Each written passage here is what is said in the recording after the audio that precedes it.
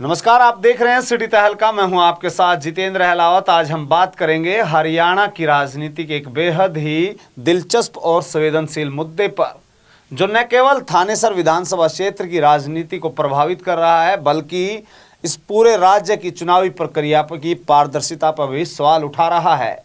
जी हां, हम बात कर रहे हैं विधानसभा चुनाव 2024 में थानेसर सीट पर कांग्रेस के अशोक अरोड़ा की जीत को लेकर अब भारतीय जनता पार्टी के पूर्व मंत्री और प्रत्याशी सुभाष सुधा ने गंभीर आरोप लगाए हैं, जिसके चलते इस मामले में आज Punjab and Haryana high court में सुनवाई भी होनी है। इसके बारे में भी जिक्र करेंगे, साथ के साथ आपको बताएंगे जहां 2024 के विधानसभा चुनाव में थानेसर विधानसभा सीट पर चुनावी मुकाबला कांग्रेस और प्रत्याशी अशोक अरोड़ा और भाजपा के सुभाष सुधा के बीच था, और इस चुनाव में अरोड़ा ने सुधा को 3243 वोटों के अंतर से ही हराया था।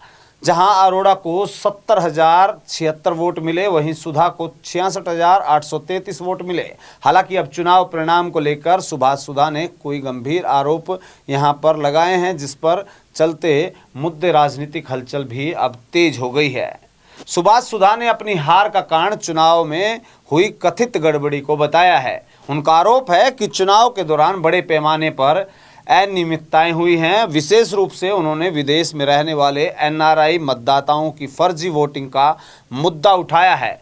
सुधा का कहना है कि कांग्रेस के प्रत्याशी अशोक अरोड़ा के समर्थकों को उन एनआरआई मतदाताओं के नाम पर वोट डाले गए जो चुनाव के समय भारत में मौजूद ही नहीं थे। उन्होंने यह भी कहा कि गड़बड़ी इतनी बड़ी थी कि इसका सीधा असर चुनावी परिणामों पर भी पड़ा है। बात यह है कि चुनाव परिणाम की यदि बात करें, हार जीत का अंतर कम है, तो उसको लेकर सुधा ने कहा, हमारे पास ठोस प्रमाण है कि विदेश में रहने वाले एनआरआई मतदाताओं का नाम पर फर्जी वोट डाले गए। ये वोट उन लोगों के द्वारा डाले गए थे जो चुनाव के समय भारत में मौजूद नहीं थे। यह चुनाव प्रक्रिया की गंभीर अवहेलना है और इस हर हाल में इसे उजागर करना चाहिए। सुभाष सुधा के आरोपों के बाद निर्वाचन आयोग ने भी इस मामले में अहम कदम उठाया है। आयोग ने थानेसर में ईवीएम मशीनों को सुरक्षित रखने का जहां आदेश दिया है, ताकि किसी भी तरीके की गड़बड़ी से बचा जा सके। यह कदम सुरक्षा के दृष्टिकोण से लिया जा रहा है, लेकिन यह एक सवाल खड़ा करता है, क्या चुनाव आयोग की पारदर्शिता पर जहां सवाल उठने लाजमी है। यह घटनाक्रम न केवल हरियाणा की राजनीति में एक नया मोड़ ला रहा है, बल्कि चुनावी प्रक्रिया की पारदर्शिता पर भी सवाल उठा रहा है। अगर वास्तव में एनआरआई मतदाताओं के नाम पर फर्जी वोटिंग हुई है, तो यह लोकतंत्र के लिए गंभीर खतरे की बात है। वहीं इसी के साथ साथ यह भी सवाल उठता है, क्या चुनाव आयोग इस पर सही तरीके से कार्रवाई करेगा? क्या आम जनता का विश्वास चुनावी प्रक्रिया में बना रहेगा? कांग्रेस ने भी इस मामले में चुनाव आयोग और सरकार पर गंभीर आरोप लगाए हुए हैं। कांग्रेस का कहना है, यह न केवल एक गड़बड़ी का मामला है, बल्कि यह लोकतंत्र के खिलाफ एक सुनियोजित साजिश भी हो सकती है। वहीं भाजपा इस आरोप को सिरे से नकारते हुए इसे राजनीतिक साजिश का हिस्सा मानती है।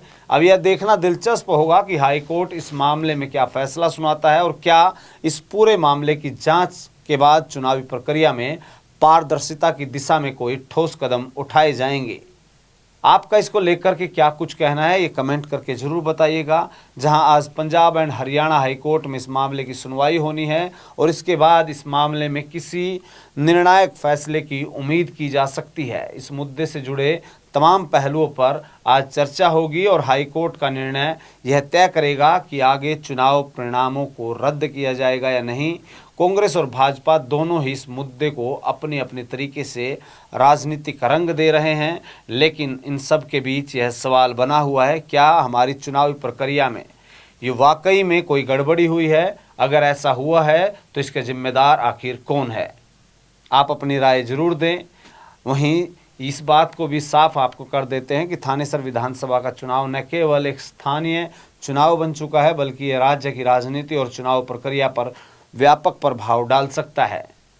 अब हमें देखना होगा कि यह चुनाव आयोग इस पर क्या कार्रवाई करेगा। क्या हमारे लोकतंत्र की मजबूत नींव को बनाए रखा जा सकेगा, या हमारी इस रिपोर्ट को देखकर आप भी अपना नज़रिया जरूर साझा करेंगे। हम जल्द ही इस मामले में ताज़ा तरीन जानकारी के साथ फिर से आपके सामने होंगे। फिलहाल के लिए इतना ही। नमस्कार। अब किसी भी प्रकार के दर्द से क्यों होना परेशान, जब ऑर्थो चार्ज कैप्सूल हो आपके पास। सभी प्रकार के दर्द में आयुर्वेदिक पद्धति पर आधारित रामबाण इलाज। कबीर औषधालय का ऑर्थो चार्ज ऑयल, कैप्सूल और सिरप आपको देता है तुरंत आराम। अनेक प्रकार के दर्द जैसे sciatica, spondylitis, rheumatic pain, arthritis, lumbar pain, सभी दर्द को दूर करने का रामबाण इलाज। 100% आयुर्वेदिक जड़ी बूटियों से बनाया गया ऑर्थो चार्ज कैप्सूल और ऑयल एक बार प्रयोग में अवश्य लाएं। अधिक जानकारी के लिए संपर्क करें। एड्रेस: कबीर औषधालय, सेक्टर 14, सोनीपत, दिल्ली, NCR।